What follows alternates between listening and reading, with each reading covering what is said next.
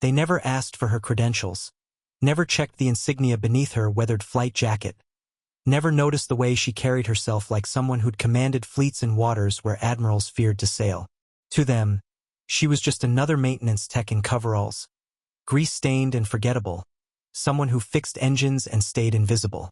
So when Admiral Harrison Blackthorne stormed across the deck of the USS Meridian that gray October morning, his voice cutting through Pacific wind like a blade, demanding answers about the incompetent leadership that had allowed critical repairs to fall behind schedule, he never imagined the quiet woman adjusting hydraulics nearby had been watching him make a fool of himself for the past 3 days. What he didn't know, what none of them knew, was that Captain Samantha, Sam Reeves, had built her entire career on being underestimated. 22 years of service, for ship commands, decorated veteran of operations from the Persian Gulf to the South China Sea, and currently the youngest woman ever promoted to Naval Base Commander. She'd earned her stars not through politics or connections, but through the kind of competence that made admirals nervous and subordinates loyal unto death.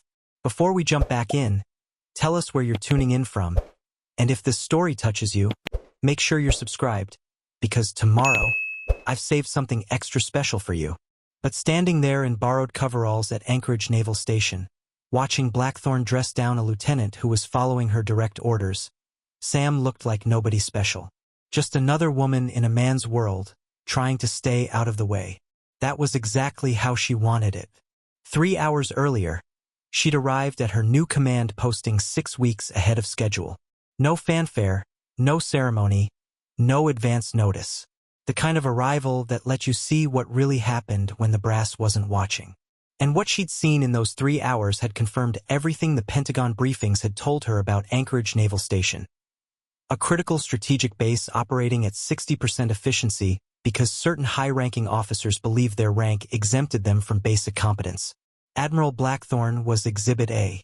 At 61, he commanded the Pacific Northwest Maritime Division with the kind of arrogance that came from 30 years of people saying yes, sir, regardless of whether his orders made sense.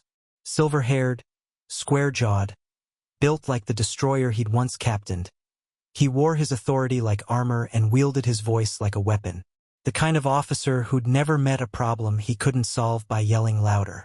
For 3 days, he'd been terrorizing the base personnel over delayed maintenance on the nuclear submarine USS Titan. Critical repairs that were supposed to take 2 weeks had stretched to 6. Equipment failures, personnel shortages, supply chain disasters, the kind of cascading failures that happened when leadership prioritized appearances over substance. Sam had spent those 3 days in coveralls, clipboard in hand, documenting everything. The maintenance protocols that hadn't been updated since 2018. The personnel assignments that ignored basic safety regulations. The supply requests that sat in Blackthorne's office for weeks without approval. The junior officers who'd tried to raise concerns and been shouted into submission. She'd seen this pattern before. Toxic leadership disguised as tradition. Officers who confused volume with authority, who believed their rank made them infallible. The kind of commanders who drove good sailors out of the Navy and gave the rest PTSD. But Sam had also seen something else during her 3 days undercover. Incredible potential. Sailors who knew exactly what needed doing but lacked the authority to do it. Engineers with solutions that never reached the right ears. A base full of competent people hamstrung by incompetent leadership. Today, that was about to change. She'd received her official orders that morning. Assume immediate command of Anchorage Naval Station, relieve Admiral Blackthorne of operational authority, conduct a full efficiency review, and restore the base to operational readiness within 30 days. The kind of assignment they gave you when someone in Washington had finally had enough. But instead of announcing herself immediately, instead of walking in with her stars shining and her authority blazing, Sam had chosen a different approach. She wanted to see Blackthorne in action one more time. Wanted to give him enough rope to hang himself with. Because when you relieved a 30-year veteran of command, you needed documentation that would stick. Now, watching him tear into Lieutenant Rodriguez, a good officer following Sam's own directives, she knew she had everything she needed. "Where the hell is your commanding officer?" Blackthorne roared, spittle flying in the salt air. Because whoever's running this clusterfuck clearly doesn't understand the meaning of military efficiency. Rodriguez stood at attention, taking the abuse like a professional, but Sam could see the frustration in his shoulders. The knowledge that he was being blamed for following orders from someone Blackthorne didn't even know existed. Around the deck, sailors worked with the careful precision of people trying not to attract attention. They'd learned to make themselves invisible when the Admiral started his rants. It was safer that way, but invisibility only worked when someone chose to stay hidden. Sam set down her clipboard, pulled off her work gloves, and started walking toward the confrontation. Each step deliberate, unhurried, the walk of someone who'd crossed decks from the Arabian Sea to the Arctic Circle, who'd faced down pirates, diplomats, and politicians with equal composure. 20 feet away, she could see the moment Blackthorne noticed her approach. The slight pause in his tirade, the dismissive glance that categorized her as irrelevant. 15 feet away, she began removing her coveralls, revealing the dress blue uniform beneath. Clean, pressed, decorated with ribbons that told the story of a distinguished career. 10 feet away, the first sailor noticed, did a double take, nudged his shipmate. 5 feet away, Lieutenant Rodriguez saw her and his eyes went wide with recognition and relief. And then she was there, standing directly in Admiral Blackthorne's line of sight, waiting for him to notice that the maintenance tech he'd been ignoring for 3 days was wearing the shoulder boards of a full captain. The question was coming. She could see it building in his face as his brain processed the contradiction between what he'd expected and what stood before him. "Who's your CO?" he was about to demand. And Sam was ready with an answer that would change everything. Captain Samantha Reeves had arrived at Anchorage Naval Station 6 weeks ahead of her official transfer date with a single duffel bag and a carefully constructed lie. The kind of operational deception that required months of planning and the full cooperation of naval intelligence. Her orders were classified at the highest levels: conduct covert assessment of systemic leadership failures, document evidence of command incompetence, and prepare for immediate intervention if operational readiness fell below critical thresholds. The Pentagon had been receiving reports about Anchorage for 18 months. Delayed missions, personnel transfers, efficiency ratings that made Washington admirals lose sleep. But reports could be explained away, excused, buried in bureaucracy. What the Navy needed was someone on the ground, someone who could see the truth without the filters of rank and protocol clouding the picture. So they'd created Senior Maintenance Specialist Sarah Reynolds. A fiction so complete it included service records, transfer orders, and a backstory that would pass any casual inspection. A veteran tech rotating in from Norfolk Naval Base, experienced with submarine systems, the kind of reliable specialist who made bases function but remained invisible to senior command. Sam had played this role before in different contexts: intelligence gathering in foreign ports, assessment operations in allied navies, the delicate art of becoming someone else entirely while remaining true to your core mission. It required discipline, attention to detail, and the ability to suppress every instinct that marked you as an officer. The coveralls helped. Faded blue cotton that smelled of machine oil and salt spray, pockets filled with technical manuals and calibration tools, steel-toed boots that had walked 1,000 maintenance rounds, work gloves that showed the kind of wear pattern that came from actual labor, not desk duty.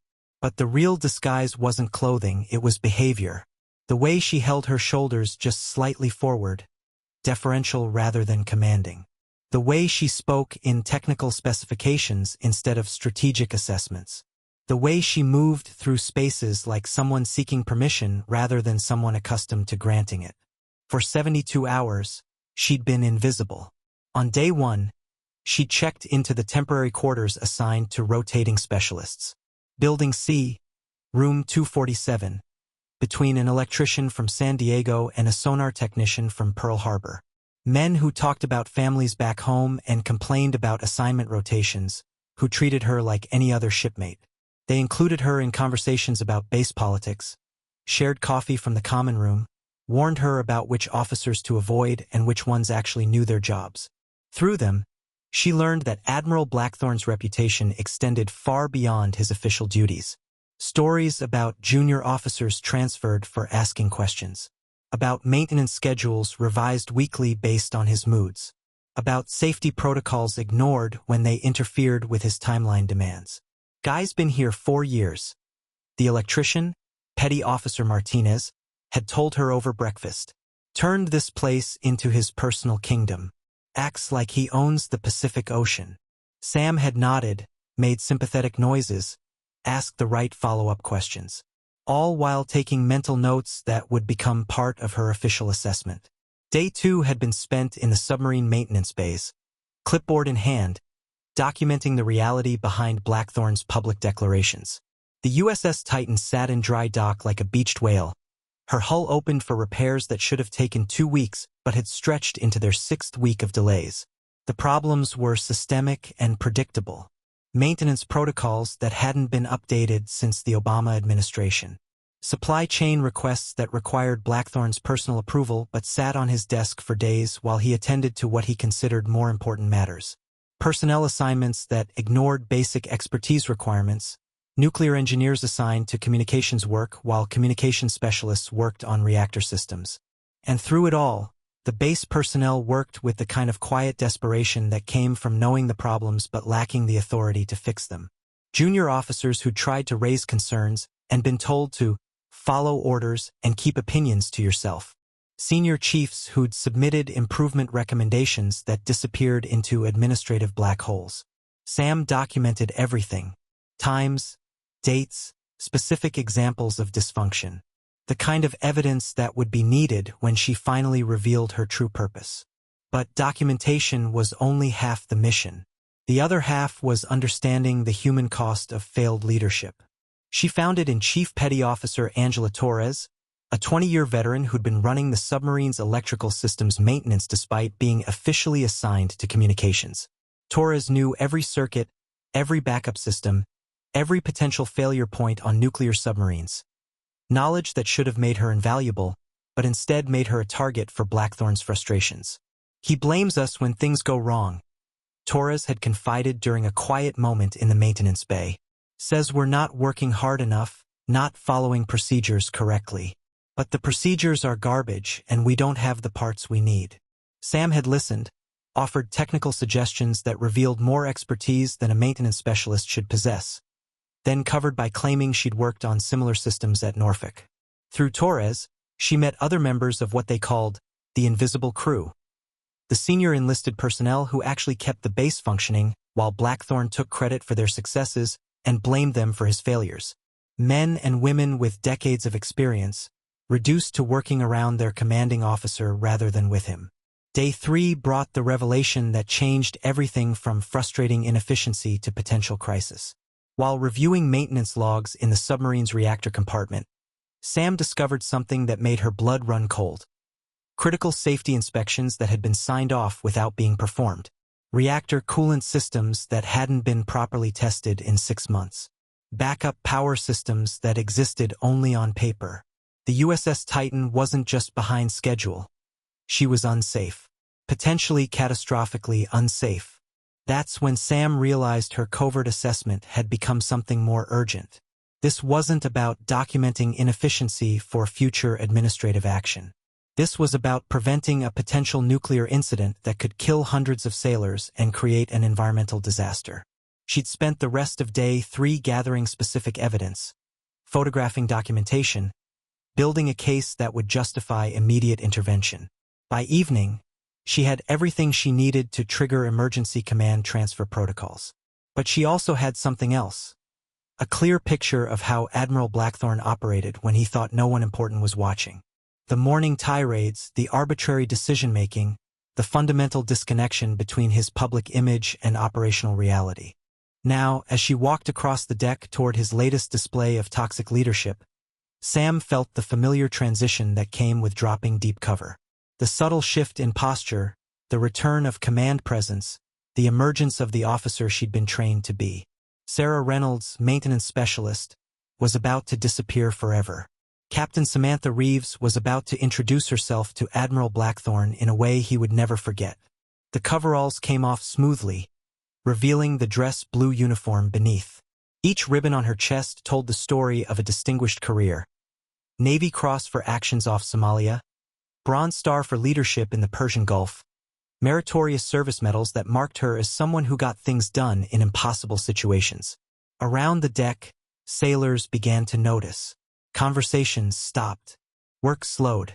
The kind of attention that rippled through military units when something significant was about to happen.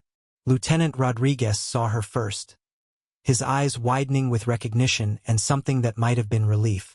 Behind him, Chief Torres dropped the wrench she'd been holding, understanding immediately that the helpful maintenance tech had been something else entirely. And Admiral Blackthorne, still focused on his tirade, still unaware that his world was about to change, continued demanding answers about competent leadership from the one person on base who could actually provide it. Admiral Harrison Blackthorne was in his element, voice carrying across the deck with the authority of 3 decades in uniform. Lieutenant Rodriguez stood at rigid attention, absorbing verbal punishment for failures that weren't his fault, while nearby sailors tried to blend into the background like shadows against steel bulkheads.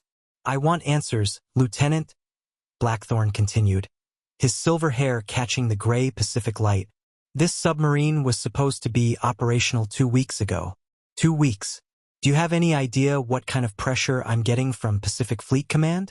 Do you understand what this delay is doing to our readiness ratings?" Rodriguez's jaw tightened almost imperceptibly. "Sir, we've encountered complications with the reactor coolant system that require..." "Complications?"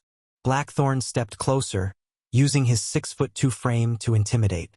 "That's what you call following basic maintenance protocols? Complications?" What the Admiral didn't realize was that the complications Rodriguez referenced were actually critical safety concerns that Sam had identified during her 3-day assessment. Missing inspections, inadequate testing, the kind of corners cut to meet artificial deadlines that could result in catastrophic failure. But Rodriguez couldn't explain that without revealing information he wasn't supposed to have. So he stood there, taking blame for problems created by Blackthorne's own mismanagement. From her position 20 feet away, Sam watched the interaction with growing anger. Not the hot fury that led to mistakes, but the cold, professional anger that came from watching good people suffer under incompetent leadership. She'd seen this pattern in every toxic command. Blame flowing downward, credit flowing upward, and the people doing actual work caught in between.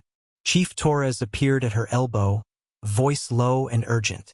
"Ma'am, I don't know who you really are, but that man is destroying everything we've tried to build here. Rodriguez has been working 18-hour days trying to fix problems that start at the top." Sam nodded, still watching Blackthorne's performance. Around them, other crew members were beginning to notice her transformation from maintenance tech to something else entirely. Petty Officer Martinez did a double-take when he saw the ribbons on her chest. Seaman Morrison whispered something to his partner that made both men stop working and stare. "The reactor systems," Sam said quietly to Torres. "How long since the primary coolant loop was properly tested?" Torres's face went pale. "You know about that?" "I know about everything. The question is whether your admiral does." Before Torres could respond, Blackthorne's voice escalated another notch. "I don't want to hear excuses, Rodriguez. I want solutions. This submarine will be operational within 48 hours or I'll find people who can make it happen." That was the moment Sam decided passive observation had become dangerous negligence. Blackthorne wasn't just being a difficult commanding officer. He was actively threatening to compromise nuclear safety to meet arbitrary deadlines. She began walking toward the confrontation, her approach drawing attention from every sailor within sight. The coveralls came off smoothly, revealing the dress blue uniform beneath, each ribbon and decoration catching light like a challenge to everything Blackthorne represented. Lieutenant Rodriguez saw her coming and something like hope flickered in his eyes. He'd recognized her, Sam realized. Probably from her official photographs, probably from briefings about incoming command changes he wasn't supposed to know about yet. But Blackthorne was too focused on his tirade to notice the shift in atmosphere around him. Too lost in his own authority to see that authority being challenged by someone who outranked him in everything that mattered. "Admiral Blackthorne," Sam said, her voice cutting through his monologue like a blade through silk. He turned, irritation flashing across his features at being interrupted. His eyes took in her uniform, the ribbons, the shoulder boards that marked her as a full captain, and for a moment confusion replaced anger. "Captain?" He paused, clearly trying to place her. In his mental catalog of officers he should recognize, she didn't exist. The woman he'd been ignoring for 3 days as a maintenance tech had never registered as someone worthy of his attention. "Reeves," Sam said calmly. "Captain Samantha Reeves, United States Navy." The name meant nothing to him yet, but the rank did. Protocol demanded a certain level of courtesy between senior officers, even when one was clearly unhappy about being interrupted. "Captain Reeves," Blackthorne said, his tone shifting to barely polite. "I wasn't aware we had any visiting staff officers on base. If you're here for an inspection, I'd appreciate advance notice in the future." Sam almost smiled at his assumption. Visiting staff officer, here for a routine inspection, someone he could manage and control through proper channels. It was exactly the kind of thinking that had gotten him into this situation in the first place. "I'm not visiting, Admiral," she said. "I've been here for 3 days. His eyebrows rose slightly. 3 days? I think there's been some confusion. I would have been notified of any senior officer arrivals." "You were notified," Sam replied.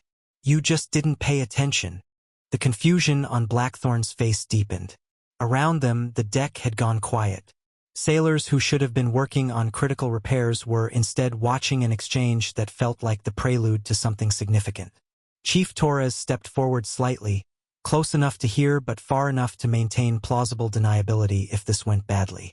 Martinez and Morrison had abandoned their positions entirely, drawn by the kind of drama that could reshape command structures. "I'm afraid I don't understand," Blackthorne said, his voice carrying a warning edge. "Captain, if you have business on my base, I'd suggest we discuss it through proper channels. This is not the time or place for your base." Sam interrupted gently. The question hung in the salt air like a challenge. 2 words that contained the entire conflict about to unfold. Your base. As if ownership of Anchorage Naval Station was something that could be assumed rather than officially designated. Blackthorne's face flushed red above his collar. "Captain Reeves, I don't know what game you think you're playing, but I am the commanding officer of this facility. I have been for 4 years. This is my base. These are my personnel, and these operations are my responsibility." "Interesting," Sam said, her tone remaining conversational despite the tension crackling between them. "Because according to my orders, as of 0800 hours this morning, operational command of Anchorage Naval Station transferred to me." The words hit Blackthorne like a physical blow. His mouth opened, closed, opened again without sound. Around them, the silence stretched taut as steel cable under load. "That's impossible," he finally managed. "I would have been notified. There would have been paperwork, transition briefings, official ceremonies. You can't just walk onto a naval base and declare yourself in command." Sam reached into her uniform jacket and produced a sealed envelope. Official Navy letterhead, the kind of orders that came directly from the Pentagon. She held it out to him. "Admiral Blackthorne," she said formally, "you are hereby relieved of operational command of Anchorage Naval Station, effective immediately. All personnel and assets are transferred to my authority pending completion of efficiency review and operational assessment." Blackthorne stared at the envelope like it might explode. This is highly irregular. Command transfers don't happen like this. Where's the ceremony? The official turnover? The respect due to a senior officer? "The respect," Sam said quietly, "was forfeited when you allowed nuclear safety protocols to be compromised for the sake of arbitrary deadlines." The accusation hit him like cold water. "Nuclear safety? Captain, I don't know what you think you've observed in your alleged 3 days on base, but every safety protocol has been followed to the letter." Sam looked at Lieutenant Rodriguez, who was watching the exchange with barely concealed amazement. "Lieutenant, when was the last time the primary reactor coolant system underwent full pressure testing?" Rodriguez glanced nervously between Sam and Blackthorne. "Ma'am, according to the official logs." "Not the logs," Sam said. "The actual testing." A long pause. Then, quietly, 6 months ago, ma'am." Blackthorne's face went from red to pale in seconds. Lieutenant, you're mistaken. All safety protocols are current. Admiral, Sam said, her voice carrying the weight of absolute certainty. I've spent 3 days reviewing every system on that submarine. I know exactly which inspections have been performed and which have been falsified to meet your timeline demands. The confrontation had reached its critical moment. Everything that followed would depend on how Blackthorne chose to respond to evidence he couldn't deny and authority he couldn't challenge. But before he could speak, another voice cut through the tension. Ma'am. Chief Torres stepped forward, addressing Sam directly. If you're taking command, what are your orders regarding the reactor systems? It was a test, Sam realized. Torres wasn't just asking about technical procedures. She was asking whether the new commanding officer would prioritize safety over schedule, competence over politics, reality over appearances. Chief Torres, Sam said, never taking her eyes off Blackthorne. Shut down all reactor operations immediately. No exceptions, no timeline pressures, no political considerations. Safety first, always. Blackthorne opened his mouth to protest, then closed it as he realized he had no authority to countermand her orders. The transition had begun. The envelope sat in Admiral Blackthorne's hands like a loaded weapon, its official seals and Pentagon letterhead representing the end of everything he'd built at Anchorage Naval Station. Around them, the deck had transformed into an amphitheater of tension, with sailors maintaining the pretense of work while absorbing every word of an exchange that would reshape their world. Chief Torres moved immediately to execute Sam's reactor shutdown order, her relief evident as she finally received commands that prioritized safety over politics. Aye, ma'am. Initiating emergency shutdown protocols now. Belay that order. Blackthorne's voice cracked like a whip across the deck. Chief Torres, you will not shut down reactor operations without my direct authorization. Torres froze mid-step, caught between competing authorities, her 20 years of military training warring with common sense. She looked between Blackthorne and Sam, uncertainty written across her weathered features. Chief, Sam said calmly, who is your commanding officer? The question hung in the salt air like a challenge to the established order. Torres's eyes flicked to the envelope in Blackthorne's hands, to the ribbons on Sam's chest, to the growing crowd of sailors who'd stopped pretending to work. Ma'am, Torres began, then stopped. Protocol demanded she follow the chain of command, but the chain of command appeared to be dissolving in real time. Blackthorne stepped forward, his authority threatened but not yet broken. Captain Reeves, I don't care what papers you're carrying.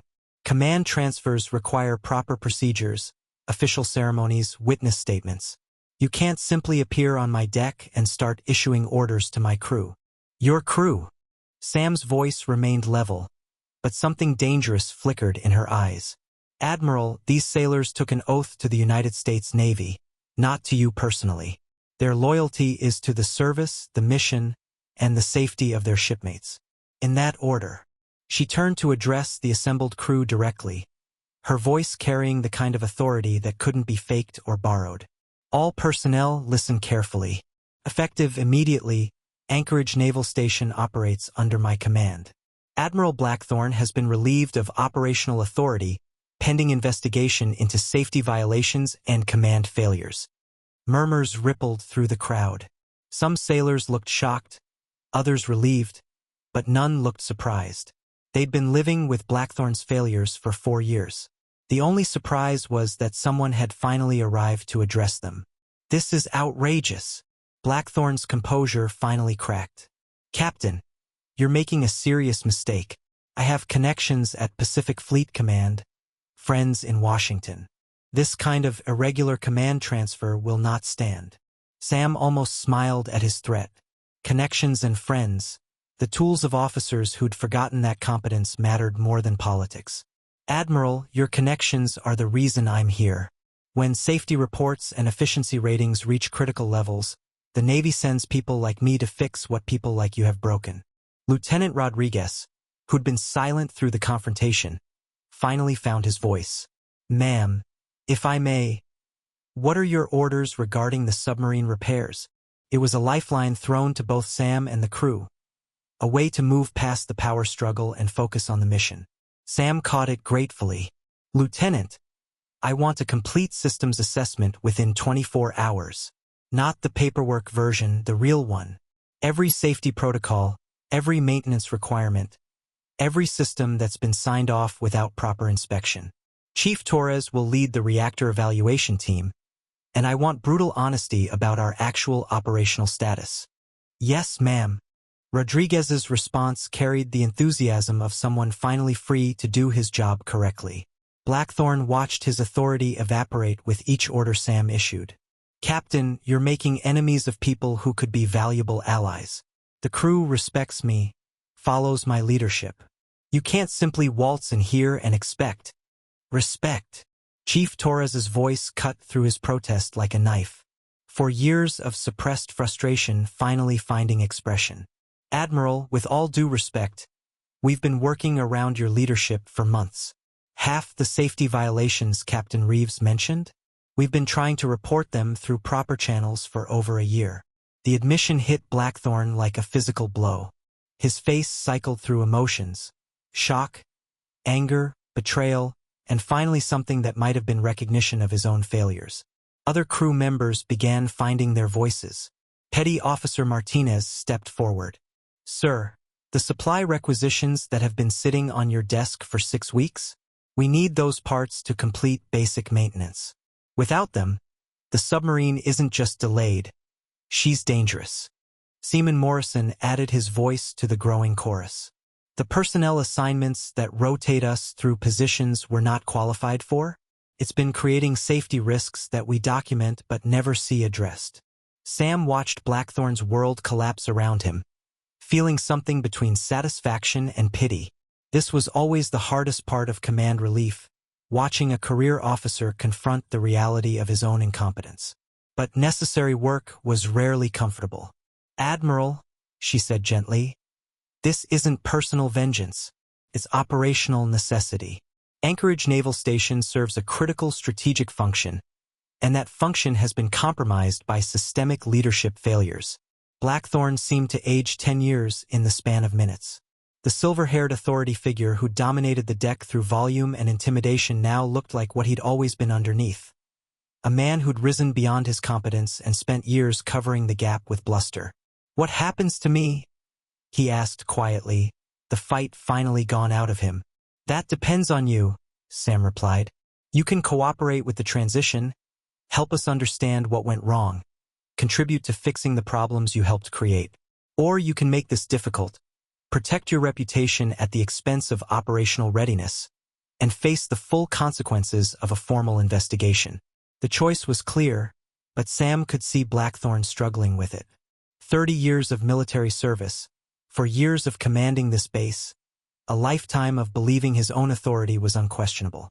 The psychological adjustment required to accept relief wouldn't happen quickly. The reactor shut down, he said finally. You're right about the safety concerns. We've been cutting corners, pushing timelines, ignoring problems that should have been addressed months ago. It was the first honest statement he'd made during the entire confrontation. Around the deck, sailors exchanged glances that mixed surprise with relief. Their commanding officer was finally admitting what they'd all known for years. Chief Torres cleared her throat. Ma'am, should I proceed with the shutdown protocols? Immediately, Sam confirmed. And Chief, I want you to personally verify every safety system. If something doesn't meet standards, we shut it down until it does. No exceptions, no timeline pressures. Aye, ma'am. It's going to take weeks to bring everything up to proper specifications. Then it takes weeks. Better weeks of honest work than minutes of catastrophic failure. The transformation was already beginning. Orders given with competent authority, received with professional enthusiasm, executed with the precision that came from finally being allowed to do the job correctly. This was how military units were supposed to function, not through intimidation and politics, but through mutual respect and shared competence. Blackthorne watched it all with the expression of someone seeing his life's work repudiated in real time. Captain Reeves, he said quietly, how long have you been planning this? Admiral, I've been planning to fix broken commands since the day I put on my first uniform. You just happen to be the latest one requiring attention. The honesty of it seemed to hit him harder than any accusation could have. Not a personal vendetta, not political maneuvering, just professional necessity applied with surgical precision. As Chief Torres moved toward the submarine to begin shutdown procedures, as Lieutenant Rodriguez started organizing his damage assessment teams, as the entire base began transitioning from dysfunction to competence, Sam felt the familiar satisfaction that came from necessary work well done. But she also felt something else, the weight of what came next. Relieving an incompetent officer was relatively straightforward. Rebuilding a broken command structure, restoring operational readiness, and preventing future failures required sustained effort and institutional change. The easy part was over. The real work was about to begin. The real story began 18 months before Sam ever set foot on Anchorage Naval Station, in a Pentagon briefing room where Admiral Patricia Kellerman laid out a crisis that threatened the Navy's operational integrity across the Pacific Fleet. "We're hemorrhaging experienced personnel," Kellerman had told the assembled brass, her voice carrying the weight of 35 years in uniform. Not to retirement, not to civilian opportunities, but to toxic commands that drive good sailors out of the service entirely. The statistics painted a disturbing picture. Anchorage Naval Station had the highest transfer request rate in the Pacific Northwest. Experienced chiefs and petty officers finding reasons to leave, junior officers requesting reassignments after minimal tours, promising careers cut short by what personnel files euphemistically called command climate issues. But behind those sanitized phrases lay human stories that kept Admiral Kellerman awake at night. Lieutenant Commander Jessica Hayes, nuclear engineer, 15 years of exemplary service, had requested immediate transfer from Anchorage after filing 7 separate safety reports that were dismissed as overcautious. Her final evaluation noted difficulty adapting to command expectations. Navy speak for refusing to cut corners on reactor safety protocols. Chief Petty Officer Michael Chen, submarine systems specialist, had taken early retirement rather than complete his tour under Blackthorne's command. His exit interview mentioned philosophical differences regarding operational priorities, but the real story came from his wife's call to the Navy Family Support Center about stress-related health issues and chronic insomnia. Petty Officer First Class Maria Santos had filed formal harassment complaints about being excluded from technical briefings and having her expertise questioned in front of junior personnel.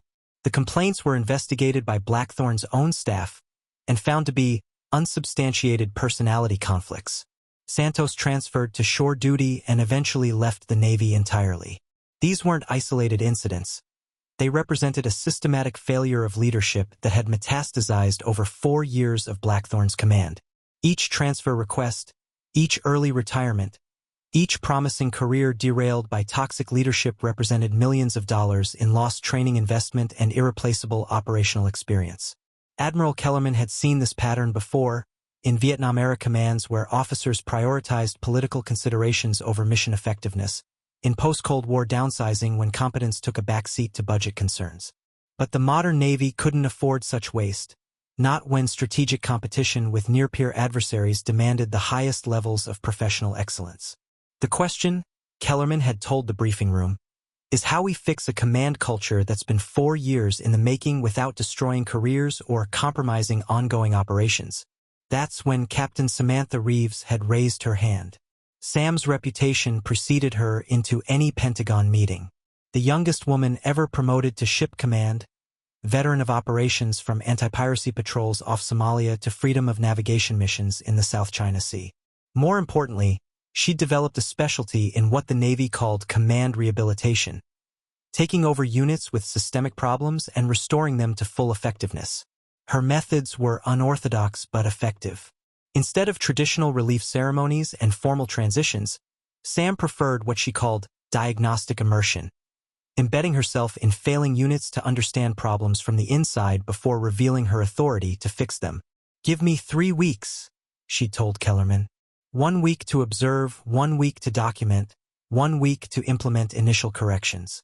I'll need complete operational authority and protection from political interference.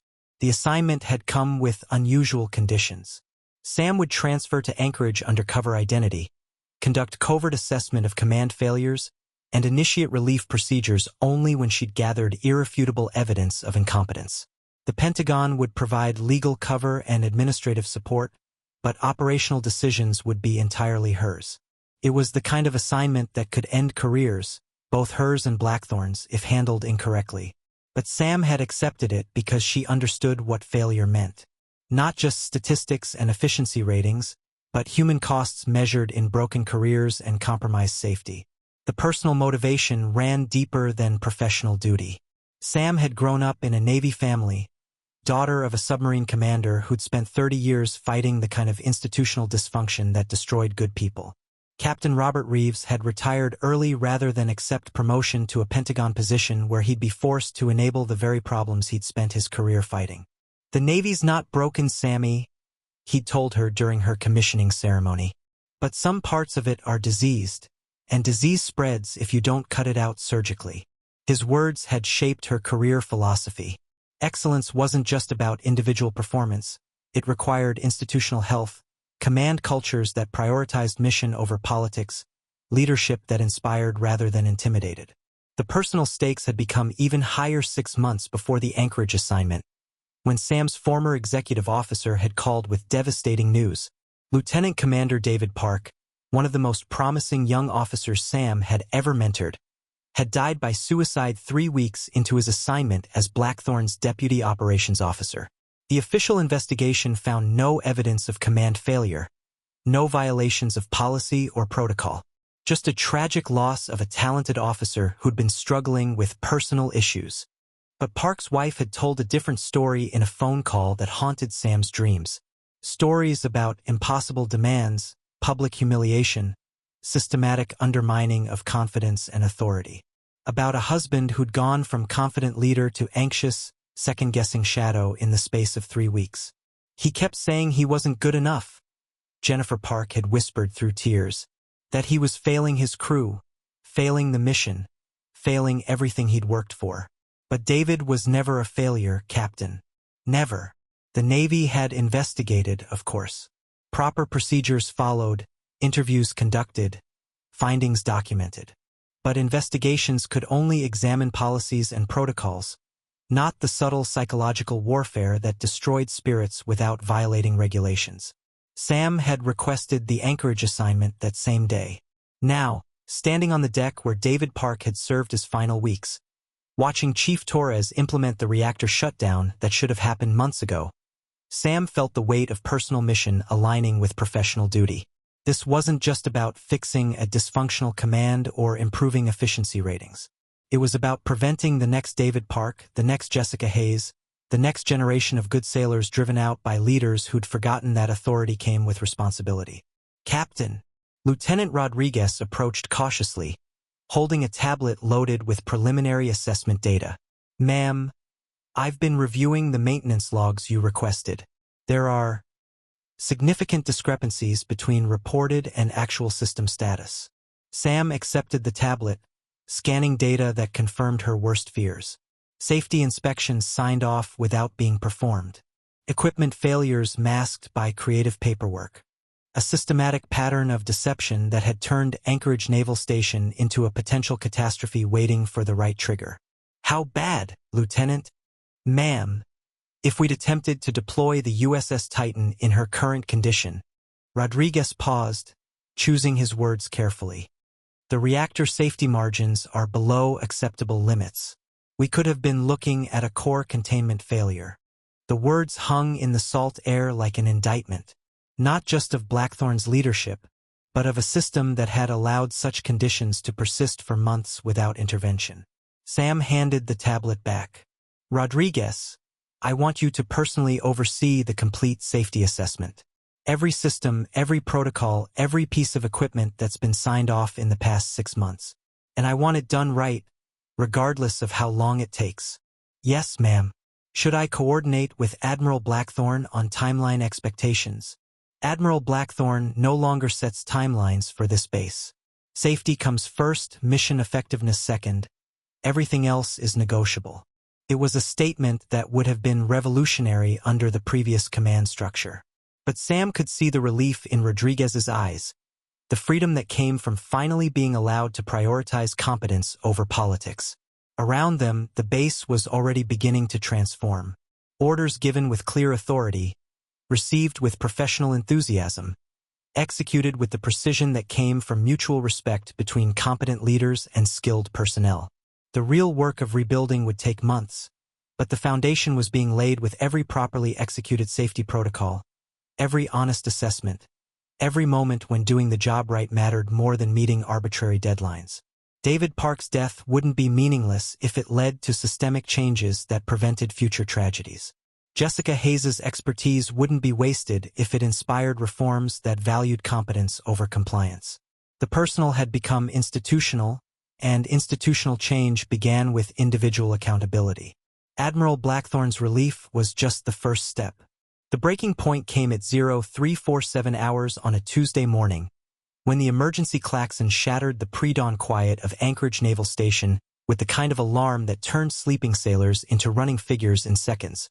Sam was already awake, had been for hours, reviewing personnel files in her temporary quarters when the reactor warning system activated. Not the routine alerts that marked normal operations, but the bone-deep wail that meant something had gone catastrophically wrong with the USS Titan's nuclear systems. She reached the submarine dock in 4 minutes, pulling a duty jacket over her uniform as emergency crews converged from every corner of the base. Floodlights blazed across the dry dock, turning night into harsh artificial day as technicians swarmed over the Titan's hull like antibodies responding to infection. Chief Torres was already there, her face grim as she coordinated the emergency response. "Captain, we've got a primary coolant leak in the reactor compartment.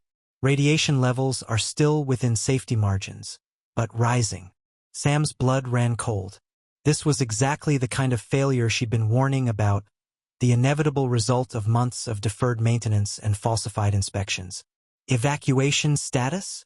All non-essential personnel cleared to minimum safe distance. Emergency response teams are suited up and standing by.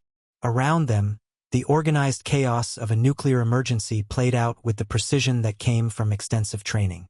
Sailors who drilled these procedures hundreds of times moved with purposeful efficiency, their actions choreographed by years of preparation for a scenario everyone hoped would never occur. But Sam could see the fear beneath their professional composure. This wasn't a drill, and everyone understood the stakes. A reactor containment failure wouldn't just threaten the base. It could contaminate the entire Pacific coastline and create an environmental disaster that would make Chernobyl look like a minor incident. Admiral Blackthorne appeared at her shoulder, his face pale in the emergency lighting. "Captain, what's our status?" It was the first time he'd addressed her with genuine respect rather than political calculation. Crisis had a way of stripping away pretense and revealing what actually mattered. "We're looking at a primary coolant system failure," Sam replied, her voice steady despite the adrenaline coursing through her veins. "How long since the last complete pressure testing on that system?" Blackthorne's silence was answer enough. Chief Torres approached with readings from the reactor compartment. "Ma'am, the leak is located in Section 7 of the primary loop. Based on current flow rates, we've got maybe 6 hours before containment becomes critical. 6 hours to prevent a nuclear disaster." Sam felt the weight of command settle on her shoulders like a physical force. Every decision from this point forward would determine whether Anchorage Naval Station continued to exist or became the site of the worst peacetime nuclear incident in Navy history. Preparing and narrating this story took us a lot of time. So if you are enjoying it, subscribe to our channel. It means a lot to us. Now back to the story. "What's our repair capability?" she asked Torres. "Limited. The section that's failing requires specialized welding equipment that we don't have on base. Nearest repair facility is at Bremerton. Minimum 12 hours to transport and install the necessary equipment. 12 hours to fix a problem that would become critical in 6. The mathematics of disaster were simple and unforgiving. Lieutenant Rodriguez jogged up to their position, breathing hard from his sprint across the base. "Captain, I've been reviewing the maintenance logs for that coolant section. The last documented inspection was 8 months ago, but the paperwork shows it as current." Sam closed her eyes for a moment, seeing the chain of failures that had led to this point. Inspections that existed only on paper, safety protocols ignored for the sake of artificial deadlines, a systematic pattern of deception that had finally encountered reality. "Options," she said to Torres. "Give me every possible approach to containing this leak." Torres pulled out her tablet, swiping through emergency procedures that had been developed for exactly this scenario. "We can attempt temporary containment using emergency sealant compounds, but that's only good for maybe 12 hours under optimal conditions. We can try to reroute coolant flow through secondary systems, but that reduces cooling efficiency below safe margins. Or," she hesitated, and Sam caught the reluctance in her voice. "Or what, Chief? Or we can implement emergency reactor shutdown and attempt repairs under zero-pressure conditions. But that means taking the submarine completely offline for minimum 2 weeks, assuming we can even get the repair equipment here. 2 weeks. In military terms, that might as well be forever." The USS Titan was scheduled for deployment in 72 hours, part of a critical Pacific patrol rotation that had been planned for months. Taking her offline would create ripple effects throughout the entire fleet deployment schedule. Admiral Blackthorne stepped forward. "Captain, Pacific Fleet Command is expecting that submarine to be operational. The strategic implications of delaying deployment." "Admiral," Sam cut him off, her voice carrying an authority that brooked no argument. "The strategic implications of a reactor containment failure include evacuating half the Pacific Northwest and creating a diplomatic crisis with every nation that has coastline access to these waters." The rebuke hit him like a physical blow, but she could see understanding beginning to dawn in his eyes. This was what real command decisions looked like, not political calculations or career considerations, but life-and-death choices that had to be made with incomplete information under impossible pressure. Chief Torres's radio crackled with reports from the emergency response teams. "Radiation levels holding steady, but the leak rate is increasing. We're looking at maybe 4 hours now instead of 6. 4 hours." The timeline was compressing faster than their repair options could accommodate. Sam made the decision that would define her command tenure at Anchorage Naval Station. "Chief Torres, initiate immediate emergency shutdown of all reactor systems. Full depressurization. Complete power transfer to shore facilities." "Ma'am, that will take the submarine completely out of service." "Better out of service than at the bottom of the Pacific with a cracked reactor compartment," Sam replied. "Do it now." Torres moved to execute the order, her relief evident despite the implications. This was what proper command looked like. Decisions based on safety rather than politics, reality rather than wishful thinking. But Admiral Blackthorne wasn't finished fighting. "Captain Reeves, I cannot allow you to make that decision. The deployment schedule," Sam said quietly, "assumes we have a functional submarine with intact reactor containment. Right now, we have neither." She pulled out her secure communication device, initiating contact with Pacific Fleet Command. The conversation would be difficult, career-threatening, possibly court-martial inducing. But it was also necessary. "This is Captain Reeves, Commanding Officer, Anchorage Naval Station. I need to speak with Admiral Kellerman immediately regarding a critical operational emergency." The response came within seconds. "Captain Reeves, this is Admiral Kellerman. Go ahead." Sam looked around at the emergency teams, the floodlit submarine dock, the radiation monitoring equipment that would determine their next moves. Everything she'd worked for, everything she'd built during 15 years of naval service, came down to this moment. "Admiral, I'm declaring a nuclear emergency at Anchorage Naval Station. The USS Titan has suffered primary coolant system failure, and I'm implementing immediate reactor shutdown to prevent containment breach." Silence on the channel. Then Kellerman's voice, steady and professional despite the implications. "Understood, Captain. What's your assessment of causation?" Sam met Admiral Blackthorne's eyes across the emergency lighting. Systematic maintenance failures, falsified inspection records, and command decisions that prioritize schedule over safety. "Admiral, we came within hours of a potential reactor breach because basic safety protocols were ignored for months." The accusation hung in the salt air like an indictment of everything Blackthorne's command had represented. Not just incompetence, but criminally negligent endangerment of personnel and civilians. "Captain Reeves," Kellerman's voice carried the weight of absolute authority. You have full support for whatever measures are necessary to contain this situation. Political considerations are suspended pending resolution of the emergency. It was the backing Sam needed to make the hard decisions that would prevent disaster. But it was also the end of any possibility that this crisis could be managed quietly or covered up through administrative channels. The nuclear emergency at Anchorage Naval Station would become a case study in command failure, a cautionary tale taught at the Naval War College, a watershed moment that would reshape how the Navy approached command accountability. And it had all started with falsified inspection records and the arrogant assumption that reality would conform to paperwork rather than the other way around. The transformation began at 0800 hours the next morning, when Captain Samantha Reeves walked into what had been Admiral Blackthorne's office for the past 4 years and found it stripped of all personal effects except a single photograph on the desk. The photo showed a younger Blackthorne in dress whites, shaking hands with the Secretary of the Navy at his promotion ceremony.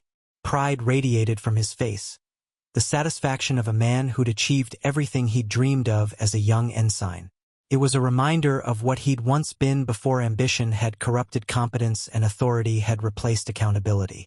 Sam picked up the photograph, studied it for a moment, then placed it in the box of personal items that would be shipped to Blackthorne's new assignment, a Pentagon desk job where his ability to damage operational readiness would be limited to paperwork and committee meetings. The office itself told the story of a command culture that had prioritized appearances over substance. Polished with surfaces that gleamed under fluorescent lights, awards and commendations arranged with museum-like precision, not a single technical manual or operational procedure in sight.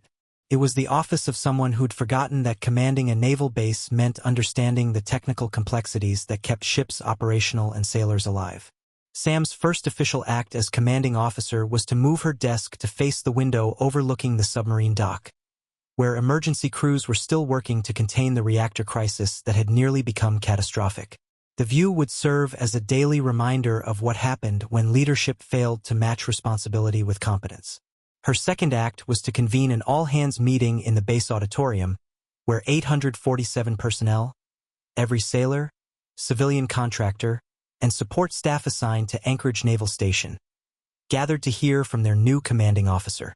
Sam took the podium at exactly 0900 hours, her uniform bearing the fresh insignia of her permanent promotion to full captain. The promotion had come through overnight, along with expanded authority to implement whatever changes were necessary to restore operational readiness. "Ladies and gentlemen," she began, her voice carrying easily through the auditorium's sound system, 48 hours ago, we came within hours of a nuclear containment failure that would have killed hundreds of people and contaminated thousands of square miles of Pacific coastline. The words hit the assembled crowd like a physical blow. Some had known the details of the reactor crisis. Others had only heard rumors, but none had understood how close they'd come to disaster. This near catastrophe wasn't caused by equipment failure or unforeseen circumstances, Sam continued. It was caused by systematic safety violations, falsified inspection records, and command decisions that prioritized political considerations over operational reality. In the front row, Chief Torres nodded grimly. Behind her, Lieutenant Rodriguez and the other junior officers who'd been trying to report safety concerns for months finally heard someone in authority acknowledge what they'd been fighting against. As of this morning, Anchorage Naval Station operates under new principles. Safety first, always. Competence over compliance. Technical accuracy over political convenience. And absolute honesty in all reporting, regardless of whether that honesty makes timelines more difficult or budgets more complicated. Sam could see the psychological shift happening in real time. Shoulders straightening, eyes brightening, the subtle transformation that occurred when competent people were finally allowed to do their jobs correctly. I know some of you have lost faith in leadership over the past 4 years. You've seen good ideas ignored, safety concerns dismissed, and professional expertise subordinated to political considerations. That changes now. She gestured toward the projection screen behind her, where organizational charts appeared showing the new command structure she designed overnight. Flattened hierarchies that eliminated unnecessary bureaucratic layers. Direct reporting relationships between technical specialists and decision-makers. Clear lines of authority based on expertise rather than seniority. Chief Torres, you are now the Senior Technical Advisor for all nuclear systems operations. Your technical assessments will go directly to my office, with no intermediate review or political filtering. Torres's eyes widened. For 4 years, her expertise had been filtered through administrative layers that often distorted or dismissed her recommendations. Direct access to command authority would revolutionize how safety decisions were made. Lieutenant Rodriguez, you're promoted to full lieutenant commander and appointed as operations officer. I want weekly briefings on actual system status, not what the paperwork says, but what the equipment actually shows. The promotion was 2 years ahead of normal timeline, but Sam had learned that competence deserved recognition regardless of traditional schedules. Rodriguez had been doing the job of an operations officer while being blamed for decisions made above his authority level. Petty Officer Martinez, Chief Santos, Petty Officer Kim, you three are now the Senior Maintenance Advisory Board. Every repair decision, every safety protocol, every equipment modification goes through your review before implementation. Around the auditorium, Sam could see the impact of her announcements. Personnel who'd been marginalized under the previous command structure were suddenly being elevated to positions where their expertise mattered. The message was clear. Competence would be rewarded, not punished. But she wasn't finished with the structural changes. We're also implementing immediate reforms to address the cultural problems that created this crisis. Anonymous safety reporting system with direct access to my office. Monthly all-hands meetings where anyone can raise concerns without fear of retaliation. And quarterly efficiency reviews based on actual performance metrics rather than political considerations. The reforms represented a complete repudiation of Blackthorne's command philosophy. Where he had demanded loyalty and compliance, Sam was creating systems that rewarded initiative and honesty. Where he had centralized decision-making in his office, she was distributing authority to the people with actual expertise. I know change is difficult, Sam continued, especially when that change requires admitting that previous methods were inadequate. But change is also opportunity, the chance to build something better than what we inherited. She paused, letting her eyes sweep across the assembled personnel. These were good people, competent professionals who'd been failed by their leadership. They deserved better than what they'd received, and she intended to give it to them. The USS Titan will remain in dry dock for complete systems overhaul. I know this delays deployment schedules and creates political pressure from Pacific Fleet Command. But this submarine will not leave port until every system meets full safety specifications, every inspection has been properly completed, and every sailor aboard her can trust that their lives aren't being risked for the sake of arbitrary timelines. The announcement drew murmurs of approval from the technical personnel who understood what proper maintenance required. For the first time in months, they would be allowed to do their jobs without cutting corners or ignoring problems. Finally, Sam said, her voice carrying a note of personal commitment that resonated through the auditorium. I want to address something that shouldn't need to be said but apparently does. This base serves the United States Navy, not any individual officer's career ambitions. Your loyalty is to the mission, to your shipmates, and to the safety of everyone who depends on our work. Not to personalities, not to politics, not to anyone who asks you to compromise your professional standards for their convenience. It was a direct repudiation of the cult of personality that had developed around Blackthorne, the expectation that personal loyalty to the commanding officer mattered more than adherence to professional standards. Questions? Sam asked. Chief Torres raised her hand. Captain, what happens if Pacific Fleet Command orders us to deploy the Titan before repairs are complete? Then I explained to Pacific Fleet Command that we don't deploy unsafe submarines regardless of political pressure. And if they don't like that explanation, they can find a new commanding officer. The answer drew a few gasps from personnel unused to hearing officers challenge higher authority. But Sam meant every word. She'd accepted command of Anchorage Naval Station to prevent disasters, not enable them. Lieutenant Commander Rodriguez raised his hand next. Ma'am, what about the personnel who were involved in falsifying inspection records? How do we handle accountability without destroying careers? It was a thoughtful question that went to the heart of leadership philosophy. Pure punishment would satisfy the desire for justice but might not serve the larger goal of institutional reform. Everyone who falsified records will face appropriate administrative action, Sam replied. But we're also going to implement training programs to ensure everyone understands why those records matter. Accountability includes education, not just punishment.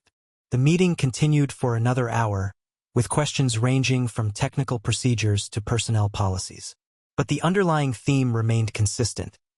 Competence would be rewarded, honesty would be protected, and the mission would take precedence over politics. When it ended, Sam watched the personnel file out with something approaching optimism. These were good people who'd been trapped in a dysfunctional system. Given proper leadership and clear standards, they would excel. The transformation of Anchorage Naval Station had begun. The demonstration of Captain Reeves's true capabilities came 3 weeks after the reactor crisis, when Pacific Fleet Command sent their most demanding inspector to evaluate Anchorage Naval Station's operational readiness. Rear Admiral Jonathan Cross arrived on a gray Thursday morning with a reputation that preceded him like a storm front. Known throughout the Navy as the Terminator, Cross had ended more careers than budget cuts and natural disasters combined. His inspections were legendary for their thoroughness, his standards impossibly high, his tolerance for excuses non-existent. Sam met him at the pier personally, recognizing both the opportunity and the threat his visit represented. Word had spread through Pacific Fleet Command about the command change at Anchorage, the reactor crisis, and the systematic reforms being implemented. Cross's inspection would determine whether those changes represented genuine improvement or merely cosmetic adjustments to underlying dysfunction. "Captain Reeves," Cross said as he stepped off the transport helicopter, his voice carrying the kind of authority that had intimidated junior officers for 3 decades. "I trust you're prepared for a comprehensive evaluation of your facility's operational capabilities." Sam saluted crisply. "Admiral Cross, Anchorage Naval Station stands ready for inspection."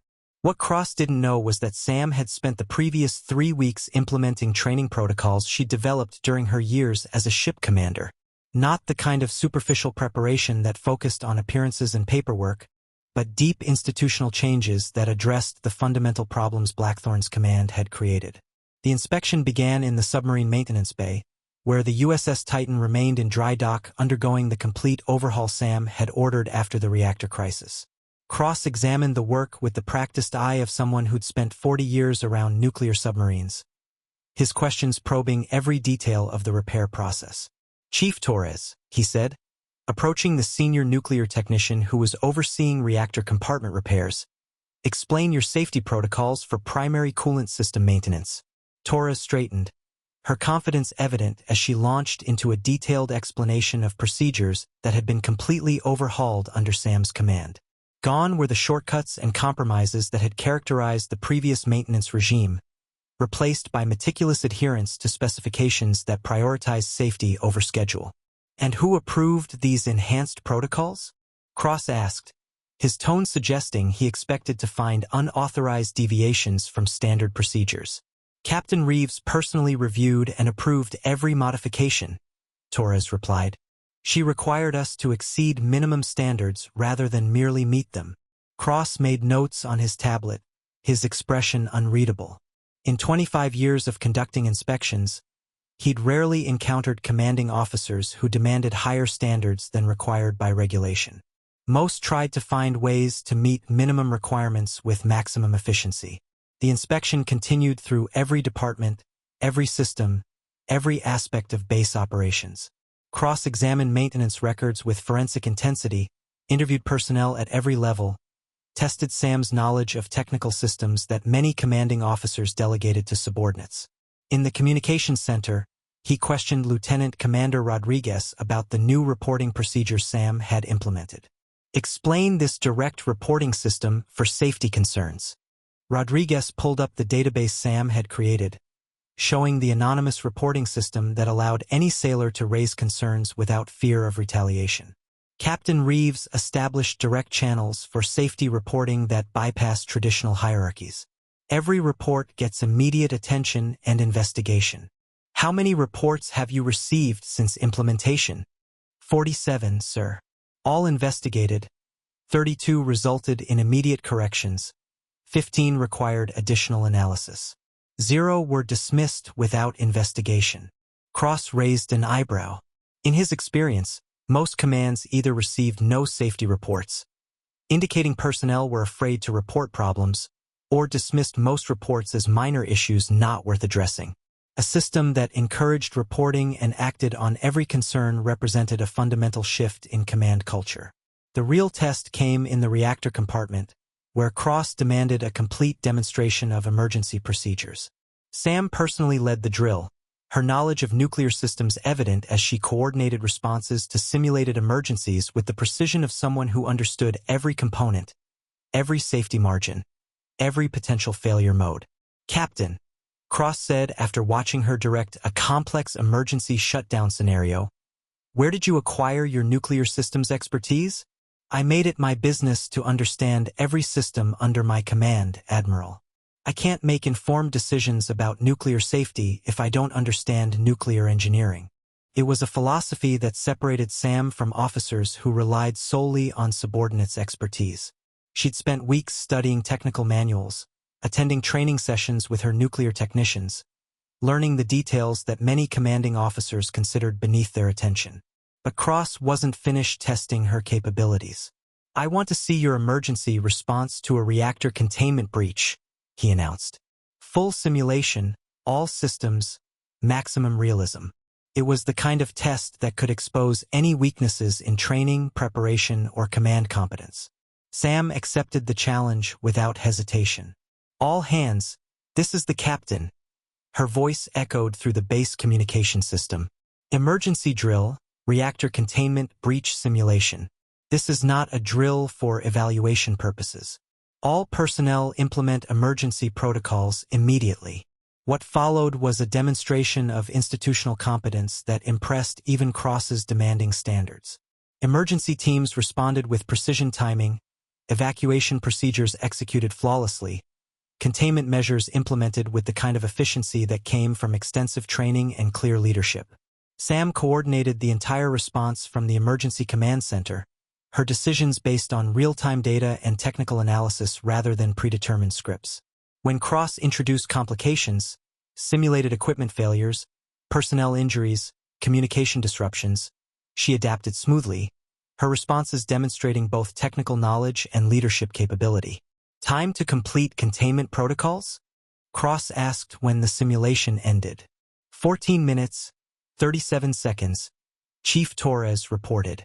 3 minutes faster than our best previous time. Cross consulted his tablet, comparing the results to fleet standards. Anchorage Naval Station had just exceeded the performance metrics of bases with twice their resources and years more experience with emergency procedures.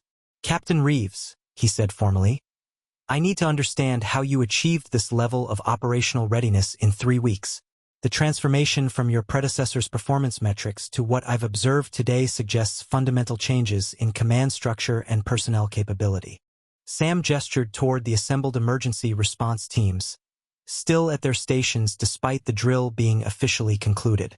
"Admiral, competent people will excel when given proper leadership and clear standards. The capability was always here. It just needed to be properly directed and supported." "And the reactor crisis 3 weeks ago? How do you explain a near-catastrophic failure followed by exemplary performance?" "The reactor crisis was the inevitable result of systematic safety violations and command decisions that prioritized politics over procedures. What you're seeing now is what this base is capable of when safety comes first and competence is rewarded rather than punished." Cross spent another hour reviewing documentation, interviewing personnel, and examining the reforms Sam had implemented. Every question revealed additional evidence of institutional transformation that went far beyond cosmetic changes to underlying cultural shifts. When he finally completed his evaluation, Cross requested a private meeting with Sam in her office. His expression remained unreadable as he reviewed his notes and prepared his official assessment. "Captain Reeves," he said finally, "in 25 years of conducting facility inspections, I have never observed such dramatic improvement in operational capability over such a short time frame." He paused, choosing his words carefully. Your predecessor's final inspection report rated this facility as marginally acceptable for operational deployment. Based on what I've observed today, Anchorage Naval Station now exceeds performance standards for bases twice this size with significantly more resources. Sam felt a surge of professional satisfaction, not for personal recognition but for validation that her approach to command actually worked. That competence could triumph over politics, that good people would excel when given proper leadership. More importantly, Cross continued, your personnel demonstrate the kind of institutional confidence that comes from knowing their leadership will support them in doing their jobs correctly. That level of command trust takes years to develop. The fact that you've achieved it in 3 weeks suggests leadership capabilities that extend far beyond standard command competence. The evaluation was more than Sam had hoped for. Validation that the risks she'd taken in relieving Blackthorne and implementing radical reforms had produced genuine institutional improvement. But Cross wasn't finished with his assessment. Captain, Pacific Fleet Command has been watching the situation here very carefully. The command relief, the reactor crisis, the systematic reforms, all of it has attracted attention at the highest levels of Navy leadership. He leaned forward, his expression serious. You've just demonstrated that toxic command cultures can be fixed quickly when proper leadership is applied. That demonstration has implications far beyond Anchorage Naval Station. Sam understood immediately. Her success here wouldn't just restore one base to operational readiness. It would become a model for addressing similar problems throughout the Navy. The methods she'd developed, the reforms she'd implemented, the cultural changes she'd achieved would be studied, replicated, and applied wherever institutional dysfunction threatened operational capability. The transformation of Anchorage Naval Station was about to become the transformation of naval command culture itself. The direct confrontation Sam had been expecting came 6 weeks after Admiral Cross's inspection, when Admiral Blackthorne returned to Anchorage Naval Station with backup from Pacific Fleet Command and demands for an immediate meeting. Sam was in the reactor compartment conducting her weekly safety inspection when her aide, Petty Officer Kim, found her with urgent news. Captain, Admiral Blackthorne is here with Admiral Stevens from Fleet Command and a team of investigators. They're requesting immediate access to all command records and personnel files. Sam felt her pulse quicken, but her expression remained calm. She'd known this confrontation was inevitable. Blackthorne's connections in Washington wouldn't allow his relief to go unchallenged, especially when it had generated the kind of attention that threatened other careers built on similar foundations. Where are they now? She asked, continuing her inspection of the newly installed coolant monitoring systems. Conference room A, ma'am. Admiral Stevens specifically requested your presence within 15 minutes. Sam completed her inspection checklist, signed off on the safety protocols, and made her way to the conference room with the unhurried pace of someone who had nothing to hide. She'd spent 6 weeks documenting every decision, every reform, every improvement made at Anchorage. Her record would stand up to any scrutiny. The conference room contained 5 people when she entered: Admiral Blackthorne, Admiral Stevens from Pacific Fleet Command, Captain Morrison from the Inspector General's office, and 2 civilian investigators whose presence suggested this went beyond routine military inquiry. Captain Reeves, Admiral Stevens said without preamble, please be seated. We need to discuss serious allegations regarding your assumption of command at this facility. Sam took the indicated chair, noting the formal arrangement that placed her facing 5 interrogators across a polished table. It was designed to intimidate, to create psychological pressure that might force admissions or defensive reactions. I'm at your disposal, Admiral, she replied calmly. Stevens opened a thick folder and began reading from prepared notes. Admiral Blackthorne has filed formal complaints regarding irregular command transfer procedures, unauthorized safety protocol modifications, and systematic undermining of established operational procedures. Sam nodded. I see. And what specific violations are being alleged? Let's start with the command transfer, Stevens continued. Admiral Blackthorne states that you assumed operational authority without proper notification, ceremony, or transition procedures. He claims you appeared on his base under false pretenses and initiated relief proceedings without following established protocols. Admiral, Sam replied, my transfer orders were signed by Pacific Fleet Command and authorized by the Pentagon. The timing and methods were specifically approved to allow for covert assessment of systemic problems that couldn't be evaluated through normal inspection procedures.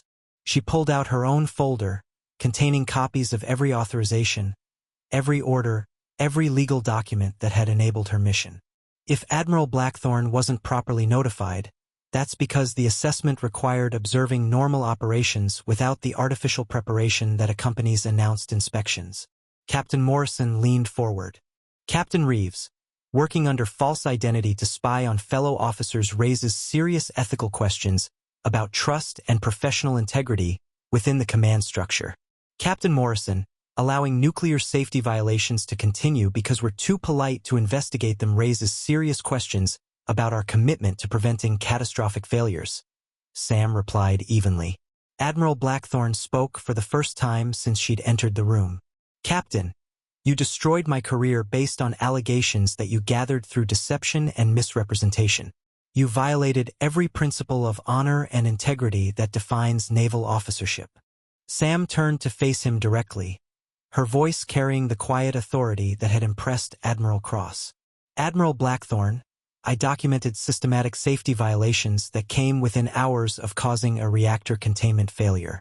Your career was destroyed by your own decisions, not my investigation. That reactor incident was a minor coolant leak that was immediately contained, Blackthorne protested. You've exaggerated a routine maintenance issue into a crisis to justify your actions. Minor coolant leak? Sam's voice remained calm, but steel entered her tone. Admiral Stevens, would you like to review the technical assessment conducted by independent nuclear engineers after the incident? Stevens consulted his notes. According to the report I have, the reactor was operating outside safe parameters for an extended period, with primary coolant system pressure at 73% of maximum safe levels. Which means, Sam continued, that we were operating with a 27% safety margin instead of the required 50% minimum. A failure at that pressure level could have breached containment and irradiated half the Pacific Northwest. One of the civilian investigators, who'd been silent until now, spoke up. Captain Reeves, our preliminary review suggests that the safety violations you documented had been developing over a period of months. Why didn't Admiral Blackthorne's staff identify these problems through normal inspection procedures? It was the question Sam had been waiting for, the one that would shift the focus from her methods to Blackthorne's failures. Because the normal inspection procedures weren't being followed, she replied. Safety checklists were being signed off without actual inspections being performed. Maintenance schedules were being falsified to meet deployment deadlines. Personnel who tried to report problems were being transferred or having their concerns dismissed. She opened her documentation folder and began laying out evidence. Photographs of reactor components that hadn't been properly maintained. Maintenance logs that showed impossible completion times. Personnel records showing a pattern of transfers and early retirements among experienced technical staff. Admiral Blackthorne, she said, meeting his eyes across the table. In your 4 years commanding this base, how many safety reports did you personally investigate? Blackthorne's jaw tightened. I relied on my staff to handle routine technical matters. How many times did you personally inspect the reactor compartment? Silence. How many times did you review actual maintenance procedures rather than summary reports? Captain Reeves, Admiral Stevens interrupted. These questions seem designed to embarrass Admiral Blackthorne rather than establish facts relevant to your conduct. Admiral Stevens, these questions establish that Admiral Blackthorne was making command decisions about nuclear safety without understanding the technical realities those decisions affected. That's not embarrassment. That's negligence. The room fell quiet as the implications sank in. This wasn't just about irregular command procedures or personality conflicts between officers. This was about fundamental failures of command responsibility that had threatened civilian populations. Captain Morrison tried a different approach. Captain Reeves, even if safety concerns were valid, don't you think the same results could have been achieved through normal reporting channels?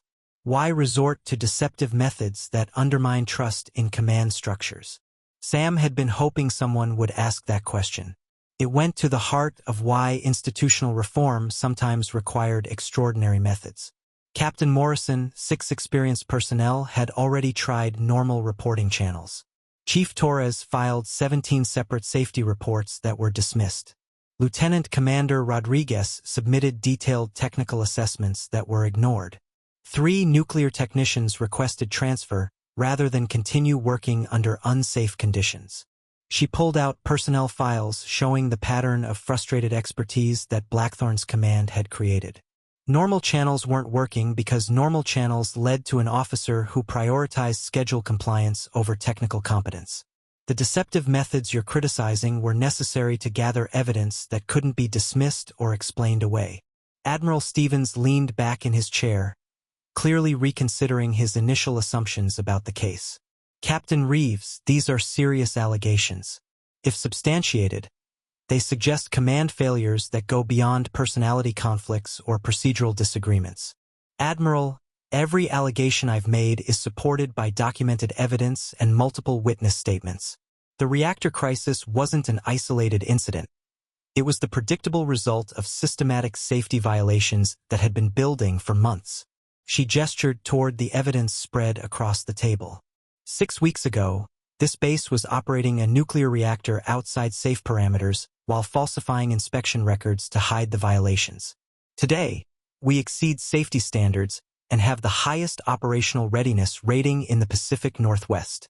And you're claiming that transformation justifies the irregular methods you used to achieve it?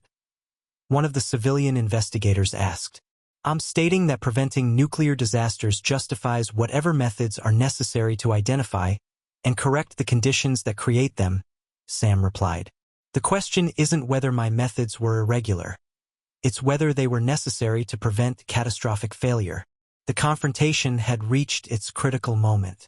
Everything that followed would determine whether Sam's reforms would be validated or whether institutional loyalty would triumph over operational necessity. Admiral Stevens closed his folder and looked directly at Sam.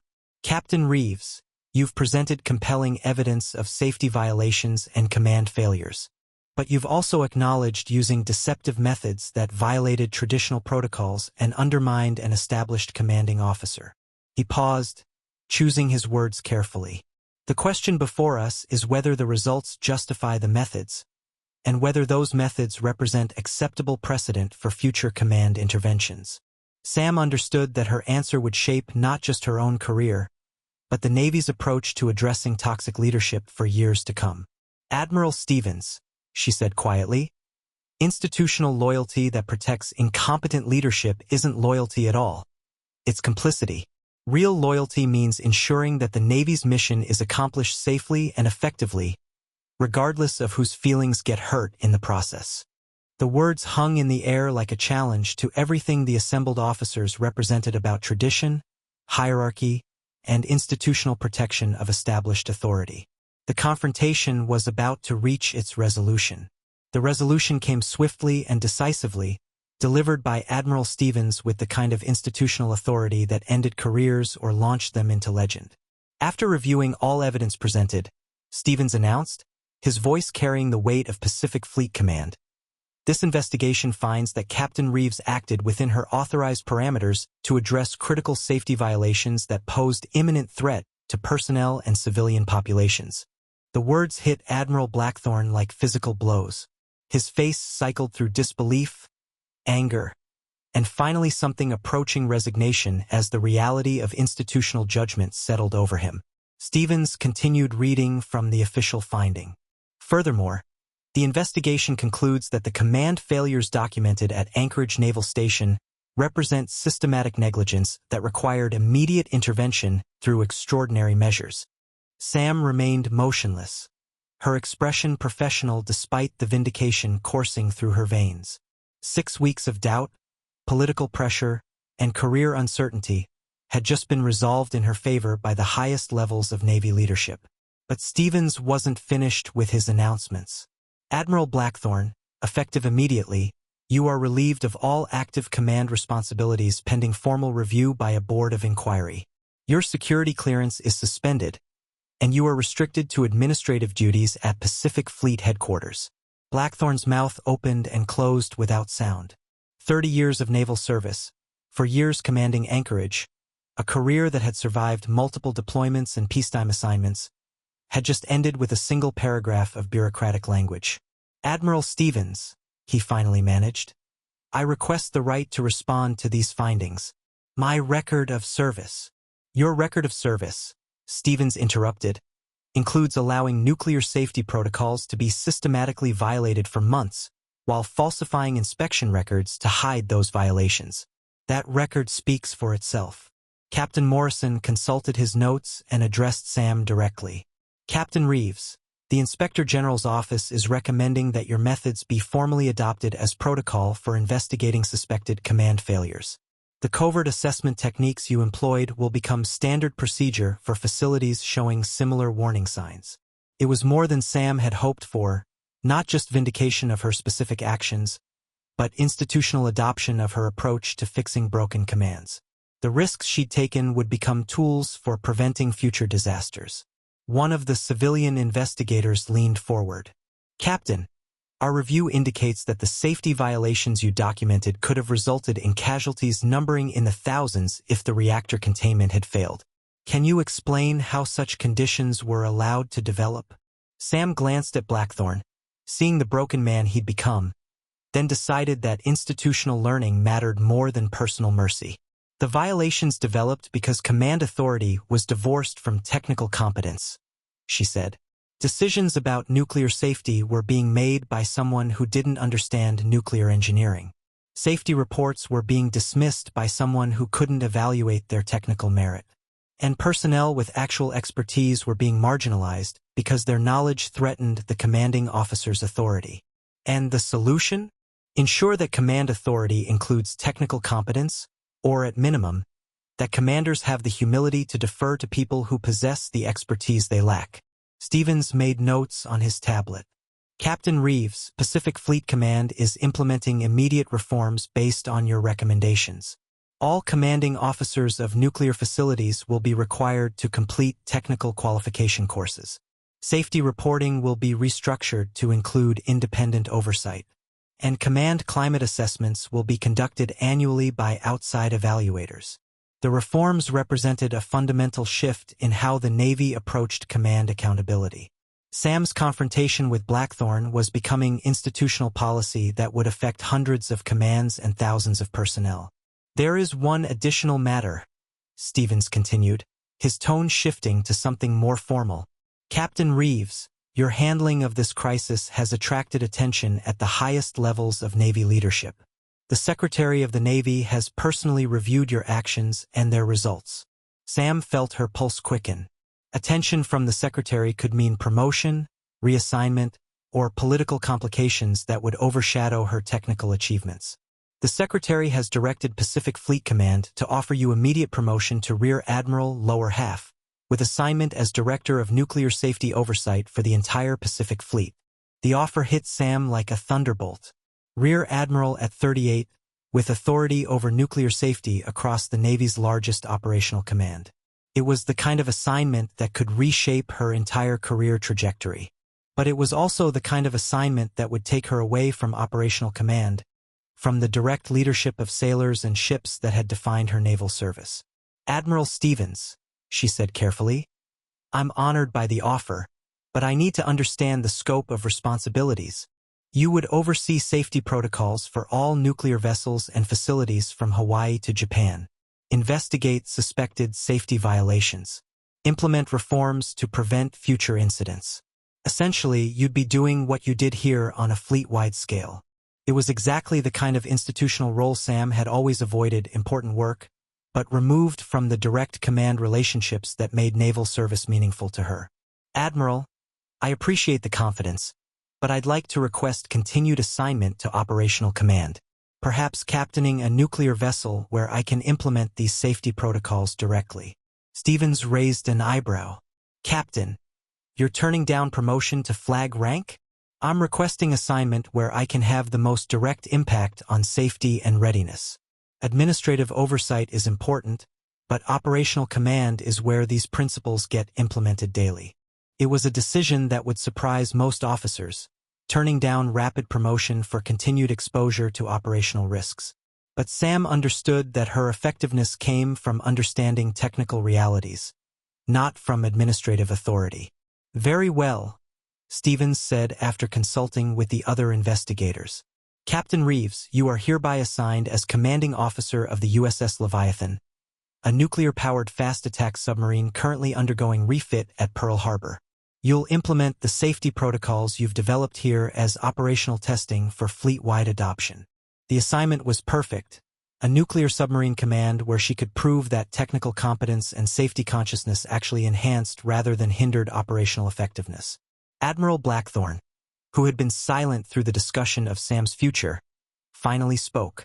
"Captain Reeves, I want you to know that I never intended for safety to be compromised. I thought I was doing what was best for the mission." Sam looked at him with something approaching sympathy. "Admiral, the mission includes bringing our people home safely. When safety becomes secondary to schedule, we've lost sight of what we're actually trying to accomplish." "I understand that now," he replied quietly. "Too late, but I understand." Stevens gathered his papers and stood. "This investigation is concluded. Admiral Blackthorne, you'll report to Pacific Fleet Headquarters for reassignment. Captain Reeves, your orders for the USS Leviathan will be cut within 48 hours. As the investigators filed out, Sam found herself alone with Blackthorne in the conference room where his career had just ended and hers had been redirected toward unprecedented responsibility. "Captain," he said quietly, "for what it's worth, you were right. About the safety violations, about my failures, about everything. I let my ego override my judgment, and people could have died because of it. Admiral, the important thing is that they didn't die. The system worked eventually. The Navy identified a problem and fixed it. By destroying my career. By preventing a nuclear disaster," Sam corrected gently. "Your career was always secondary to that goal." Blackthorne nodded slowly, understanding finally penetrating the protective layers of pride and politics that had defined his command philosophy. "What will you tell people?" he asked. "When they ask about what happened here?" Sam considered the question. The story would become legend, the female captain who exposed command failures and prevented disaster through courage and competence. But legends often obscured the human costs of institutional failure. "I'll tell them that good people can fail when systems don't support competence, and that fixing those systems requires institutional courage, not just individual heroism." It was both more charitable than Blackthorne deserved and more honest than most official accounts would provide. The truth was that preventing future disasters mattered more than punishing past failures. As Blackthorne left the conference room for the last time as a naval officer with meaningful authority, Sam remained behind, reviewing the orders that would take her to Pearl Harbor and the USS Leviathan. The confrontation was over. The real work of institutional reform was just beginning. But for the first time since arriving at Anchorage Naval Station, Sam felt confident that the Navy was moving in the right direction, toward a future where competence mattered more than politics, where safety couldn't be compromised for convenience, and where technical expertise was valued rather than marginalized. The transformation of one base had become the catalyst for fleet-wide reform. 2 years later, Captain Samantha Reeves stood on the bridge of the USS Leviathan as her submarine glided through Pacific waters with the silent precision that had made her crew legendary throughout the fleet. The submarine's reactor hummed with perfect efficiency, every safety protocol functioning exactly as designed, every system monitored by personnel who understood that technical excellence wasn't optional. It was survival. The transformation that had begun at Anchorage Naval Station had rippled through the entire Pacific Fleet like waves from a depth charge. Sam's safety protocols were now standard procedure on every nuclear vessel from San Diego to Yokosuka. Her command philosophy had been studied at the Naval War College, her methods taught to aspiring submarine commanders, her confrontation with Admiral Blackthorne cited as a case study in institutional courage. But the real measure of success wasn't in policy manuals or academic papers. It was in the faces of the sailors who served under commanders who'd learned that competence mattered more than politics. "Captain," Lieutenant Commander Torres called from the navigation station. "We're approaching the rendezvous coordinates for the Anchorage Naval Station inspection tour." Sam smiled at the irony. Torres, formerly Chief Torres from Anchorage, had followed Sam to submarine duty, earning her commission and proving that technical expertise deserved the recognition it had been denied under the previous command structure. "Take us to periscope depth, Lieutenant Commander. Let's see what they've built." The periscope revealed a sight that filled Sam with quiet satisfaction.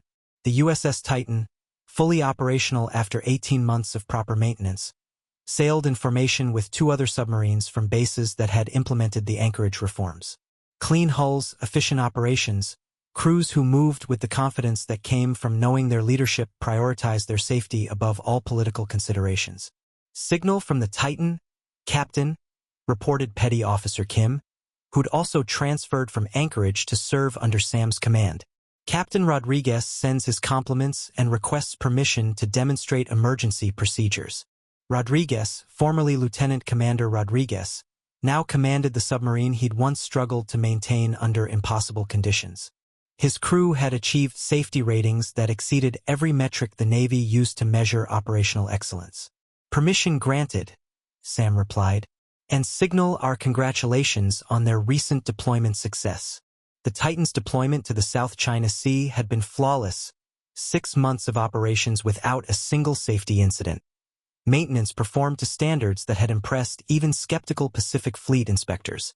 It was proof that the Anchorage model worked not just in controlled environments, but in operational conditions where lives and national security depended on technical competence. "Captain," Torres continued, consulting her tablet, "we're receiving reports from bases throughout the Pacific. The annual safety assessment shows 0 critical violations across all nuclear facilities that have implemented your protocols. 0 critical violations. In the 2 years since Anchorage, not a single nuclear facility operating under Sam's safety framework had experienced the kind of systematic failures that had nearly led to disaster. The reactor crisis that had ended Admiral Blackthorne's career had become the last such incident in Pacific Fleet history." Sam's secure communication system chimed with an incoming message from Pacific Fleet Command. Admiral Kellerman's face appeared on the screen, her expression carrying the satisfaction of someone who'd watched institutional reforms succeed beyond their wildest expectations.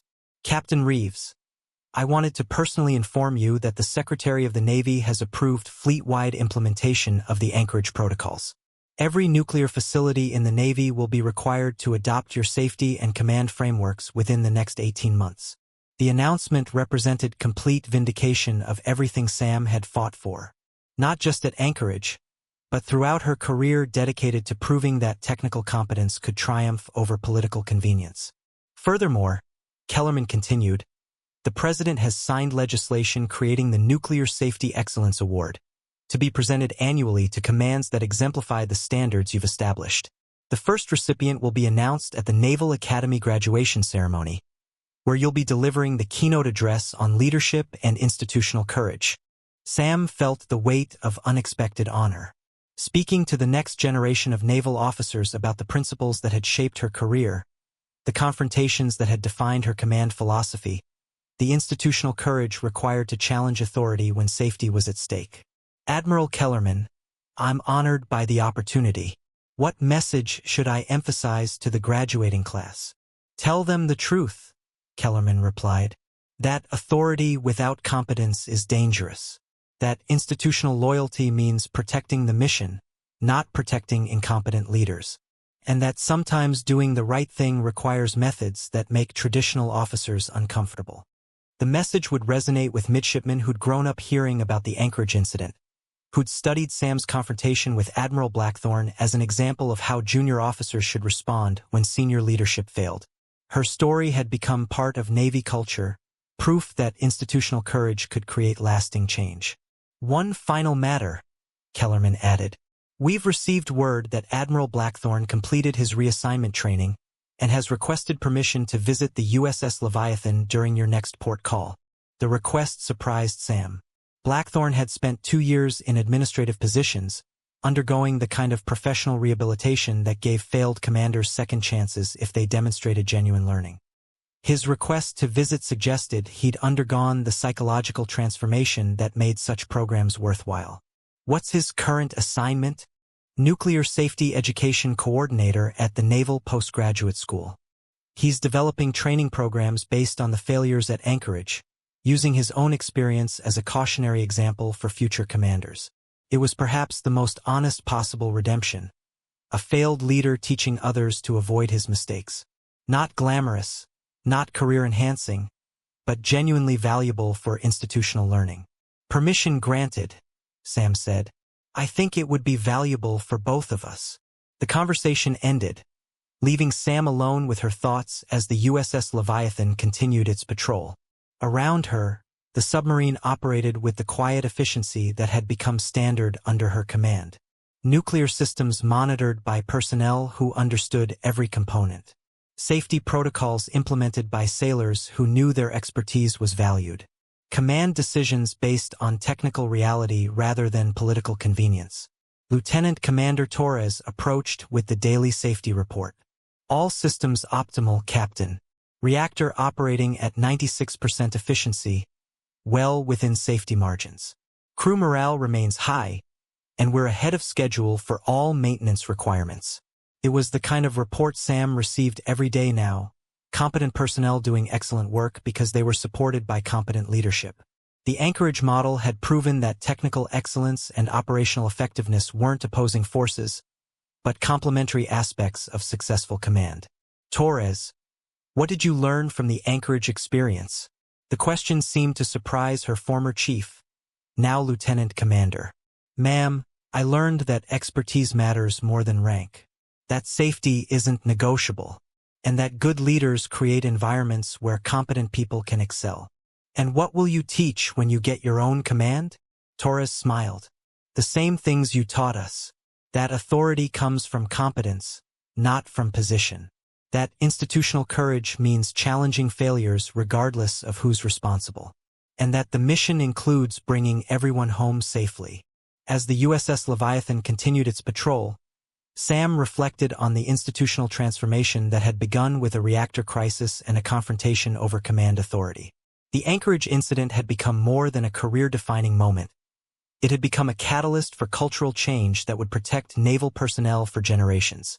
Her secure communication system chimed again, this time with a message from a young ensign at Anchorage Naval Station.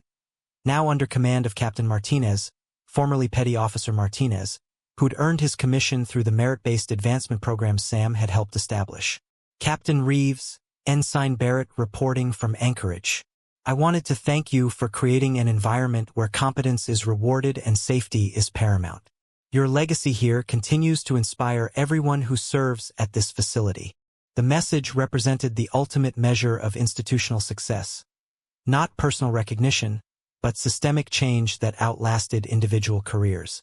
Young officers who'd never known the dysfunction of Blackthorne's command were growing up in a Navy that valued technical excellence and institutional courage. Sam typed her response carefully. "Ensign Barrett, the credit belongs to everyone who chose competence over politics, safety over convenience, and institutional courage over personal comfort. Keep that tradition alive." As the Pacific sunset painted the ocean in shades of gold and crimson, Captain Samantha Reeves stood on the bridge of her submarine, surrounded by the quiet competence that had become her signature as a naval officer.